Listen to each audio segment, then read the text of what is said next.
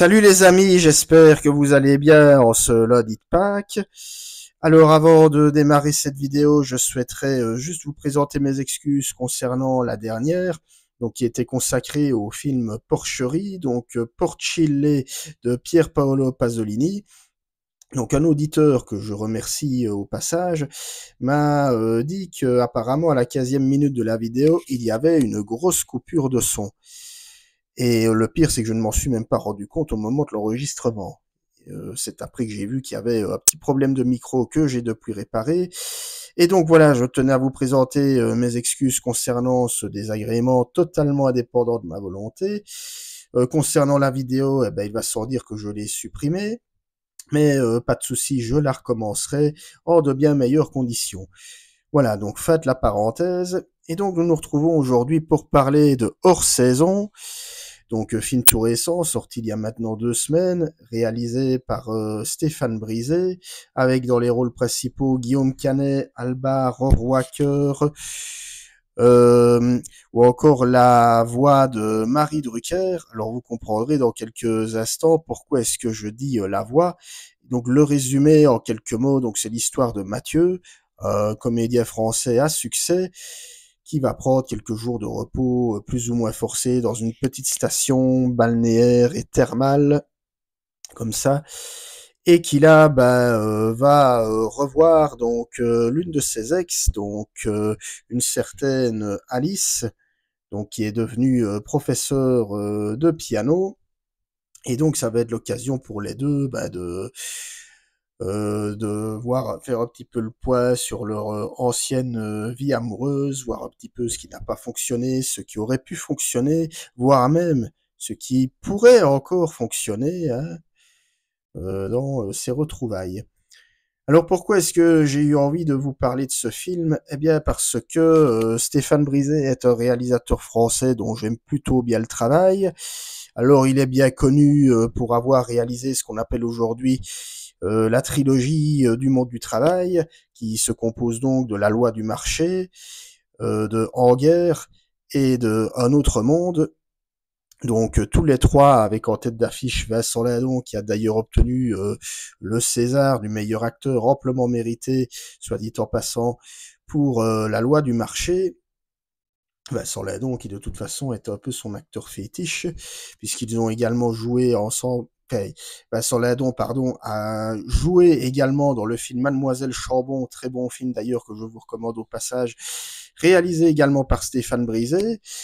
Et donc voilà, le voir ici changer de registre, passer un peu au film d'amour, hein, on peut le dire comme ça, ou au drame romantique, c'est selon, ça titillait un petit peu ma curiosité.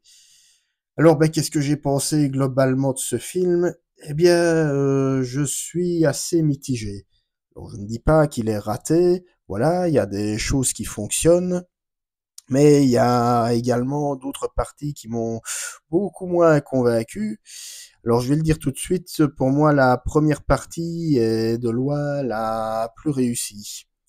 Elle est assez contemplative, voilà, donc pendant quand même une bonne demi-heure, enfin 30-40 minutes, on va assister, donc je vais dire, à Mathieu, dont on va comprendre très vite qu'il ne va pas très bien, qu'il a comme ça des mimiques un peu, je vais dire, de chien battu, que voilà, il se pose pas mal de questions à la fois sur sa vie privée, mais également professionnelle.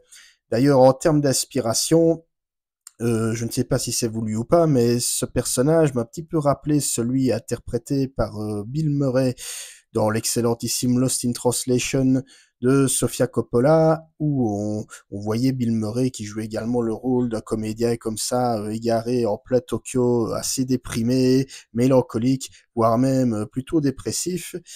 Et ici, c'est un petit peu l'effet que ça m'a fait. Donc, quand on voit le personnage de Mathieu, donc joué par Guillaume Canet, qui va être là, donc dans sa chambre d'hôtel, en peignoir, comme ça, assis, à se poser des questions sur lui-même, à profiter un peu aussi de sa thalassos, qui va donner lieu à des scènes aussi parfois un peu cocasses, hein, où on va le voir se démener avec une machine à café qu'il va voilà, il va vouloir se servir une tasse de café, puis on va voir qu'il ne sait pas comment l'arrêter. Il a beau appuyer sur le bouton arrêt, la machine continue encore à fonctionner. Enfin, Voilà, donc bref, on va voir que ce personnage est pas très bien moralement, bah, d'autant plus qu'on apprendra également que il est parti comme ça, sans prévenir, la veille d'une première de théâtre, donc de la première représentation d'une pièce de théâtre dans laquelle il devait jouer. Donc inutile de dire que ça a un petit peu foutu la merde, voilà. Et donc, voilà, elle est plutôt intéressante cette première partie dans la mesure où, voilà, sans trop de paroles, on peut même dire qu'elle est quasiment muette, hein, quelque part, eh bien, Stéphane Brisé va nous montrer donc l'état pas très glorieux dans lequel se situe son personnage. Comme quoi, ce que je dis toujours, hein, c'est ça aussi le but du cinéma, c'est que parfois on n'a pas besoin de longs dialogues ultra explicatifs pour comprendre le sens d'une action. Christopher Nolan, si tu me regardes, voilà, petite blague, voilà, juste comme ça. Et donc, je trouve qu'après, donc, le film, pour moi, perd un petit peu de sa superbe, et c'est là où je le trouve assez inégal. C'est-à-dire que, bah, vous l'aurez compris après le résumé, donc il va retrouver Alice. À partir de là, on va les voir, bah, discuter dans des scènes comme ça, on peut dire un peu cliché, hein, bavardage l'un et l'autre, dans des restaurants, puis se promener un peu main dans la rue, ou discuter en voiture. Alors en soi, c'est pas inintéressant, hein, vu que ils évoquent un petit peu leurs actes manqués, hein, je vais le dire comme ça. Et ce d'autant plus que c'est très bien joué, notamment, mais ça j'y reviendrai un peu après sur les acteurs.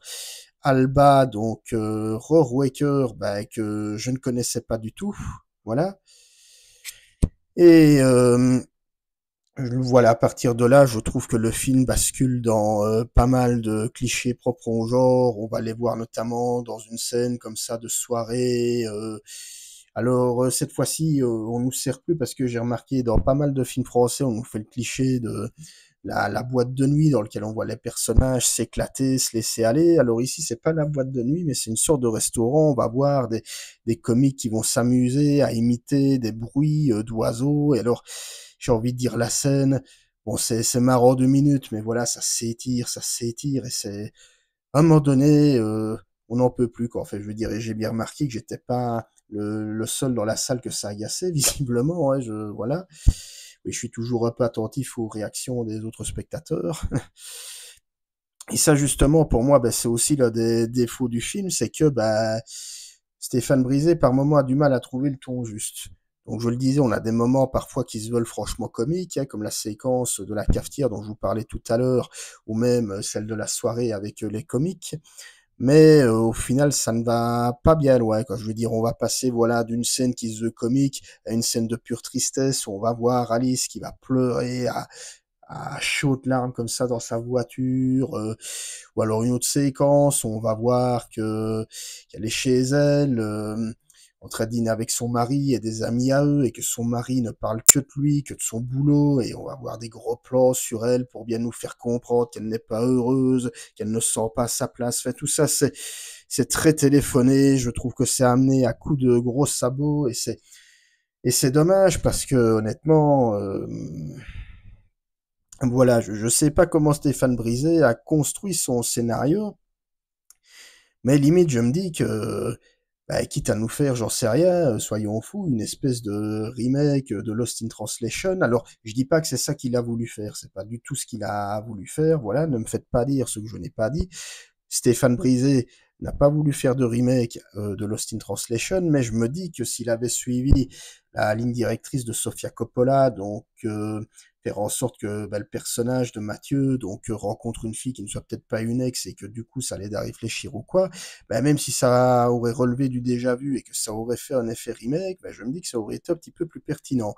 Mais au lieu de ça, voilà, la deuxième partie, on se perd dans des clichés comme ça de pseudo retrouvailles, avec des scènes parfois qui sortent un peu de nulle part. Alors, via le mari d'Alice, ben, on a l'impression que Stéphane Brisé, bon, je le disais, hein, qui a quand même consacré une trilogie au monde du travail, s'en prend un peu à la gauche française, où on comprend que son mari est apparemment un homme politique, voilà, mais un politicien local, hein, pas un politicien des hautes instances. Et alors on va voir comme ça, le temps de cette soirée entre amis, qu'il va avoir une espèce de pseudo-discours sur le peuple français de manière générale. Alors tout ça, c'est bien joli, mais ça ne mène pas grand-chose finalement. Alors on se dit, qu'est-ce qu'il a voulu faire en disant ça? Est-ce que c'est une critique ou une caricature de l'image que l'on se fait de la gauche en France actuellement? Alors, vous savez peut-être, moi je ne suis pas français, je suis belge, donc je vois ça de l'extérieur, mais bon, voilà. Peut-être si vous pouvez me l'expliquer dans les commentaires. Et ben, je disais, donc le film a aussi du mal, désolé, j'ai mon nez qui me chatouille, c'est insupportable, désolé, ben, que le film a du mal à trouver le ton juste, je le disais, entre pur moment comique et mélancolique. On va voir par exemple, ben voilà, Guillaume Canet qui va se démener avec sa cafetière, puis l'instant d'après, on va le voir comme ça, marcher le long d'une plage, comme ça, en mode mélancolico-tragique. C'est, voilà, je trouve qu'il y a un petit problème d'équilibre dans le film, et du coup, ça empiète un peu sur le rythme, hein, parce que le film fait quand même presque 2 heures, fait 1h50, et on les sent passer, les 1h50 de film. Surtout qu'à la fin, on se dit, ben voilà, c'est terminé, il y a un fondu au noir, et puis non, ça revient. Puis on se dit, là, c'est terminé, puis ça revient encore et encore. Puis cette espèce de jeu de la chaise musicale en mode, je te pardonne, ah, mais je te revois, et puis bon, je caricature un peu ici, mais c'est un peu ça, quoi. Je veux dire, au fond, un côté un petit peu déjà vu. Alors certains ont fait le rapprochement, j'ai vu, avec le film Un homme et une femme de Claude Lelouch, et notamment aussi le fait que le film se passe à la mer. Hein, on va les voir d'ailleurs, ben, comme Jean-Louis Trintignant et Anouk Aimé dans le film, hein, je veux dire, se balader comme ça, un peu sur la digue, hein, dans le sable. Alors oui, il y a un peu de ça, mais comme je vous l'ai dit, moi, pardon si je me répète, mais j'ai pensé, en tout cas, un peu à Lost in Translation, hein, je veux dire, il y a un peu de ça. Mais c'est vrai que oui, on peut faire un peu le rapprochement, peut-être avec le louche, oui, peut-être, voire même pourquoi pas, éventuellement Claude Sautet pour les états d'âme, comme ça, de personnages. Bah, et donc finalement, bah, enfin voilà, sans vouloir en dire plus, c'est là-dessus aussi, hein, je veux dire, le film est un peu construit bizarrement, c'est-à-dire la première partie est consacrée donc aux états d'âme de Mathieu, et après ça va complètement bifurquer vers Mathieu et Alice, quoi. Donc voilà, c'est donc je vous dis, il y a une espèce comme ça de film entre guillemets un peu coupé en deux qui est voilà, donc peu particulier. Donc on a de bonnes idées de départ, mais qui parfois arrive un peu un cheveu dans la soupe. Et d'ailleurs, oui, il y a un procédé de mise en scène qui m'a quelque peu dérouté. Vous avez à la deuxième partie un moment où Alice va vouloir montrer donc à Mathieu une vidéo d'une pensionnaire, parce qu'on va comprendre qu'elle donne aussi des cours de piano en maison de repos, d'une pensionnaire, donc une dame âgée qui va raconter que elle serait prête à mourir pour son mari, qu'elle a toujours tout fait par amour pour son mari. Et alors, voilà, la scène va durer quand même 10 bonnes minutes. Alors, on va voir qu'au départ, bah, elle va filmer, enfin, elle va montrer donc via son smartphone la vidéo, puis la caméra va donc nous remontrer, je veux dire, en 16 neuvième la vidéo en question. Alors, on se dit que oui, la séquence est là pour faire justement le rapprochement entre la situation amoureuse de Mathieu et Alice. Donc le témoignage de cette dame qui dit qu'elle a tout fait par amour, on peut se dire que c'est fait exprès justement pour mettre en parallèle la relation amoureuse qui pourrait peut-être se remettre en place entre Alice et Mathieu. Oui, sauf qu'au final, bah, encore une fois, voilà, la scène s'étire, elle dure, et c'est ça aussi qui fait que le film est trop long, je trouve, pour ce qu'il a raconté, c'est que, même si encore une fois, l'actrice joue bien, je ne suis pas retombé sur son nom d'ailleurs, mais ça aurait pu durer moins longtemps, quoi, je veux dire, et puis au fond, quand on voit comment ça se termine, ben, ça sert pas à grand chose, quoi, donc, moi, j'ai un petit peu l'impression que Stéphane Brisé, en se lançant comme ça dans le drame romantique, je vais dire, a eu un peu du mal à trouver son équilibre entre humour, mélancolie, remise en question existentielle Et c'est un peu dommage parce qu'il y a des choses aussi, je n'ai pas dit qui fonctionnent bien. Alors il y a également la réalisation, ça je n'en ai pas parlé, mais de toute façon, venant de Stéphane Brisé, j'en attendais pas moins, hein, c'est un bon réalisateur. On va voir notamment des plans de Mathieu, donc qui va être filmé comme ça, en tout petit, je vais dire, et puis on va voir qu'il n'est qu'un tout petit élément de l'immensité de la mer. Donc des plans, voilà, donc on va voir des plans d'ensemble comme ça sur la mer, avec Mathieu au beau milieu du sable, histoire de montrer qu'il n'est qu'un petit roi, je vais dire, dans ce vaste monde. Et voilà, qu'il est tout petit face au monde qui l'entoure. Ça, je trouve que c'est plutôt de bonnes petites idées de mise en scène, qu'on retrouvera d'ailleurs également plus tard, mais cette fois-ci, Mathieu qui sera accompagné d'Alice, donc où ils seront filmés comme ça, en tout petit par rapport à l'immensité du paysage qui les entoure. Ça, pas de problème. Voilà.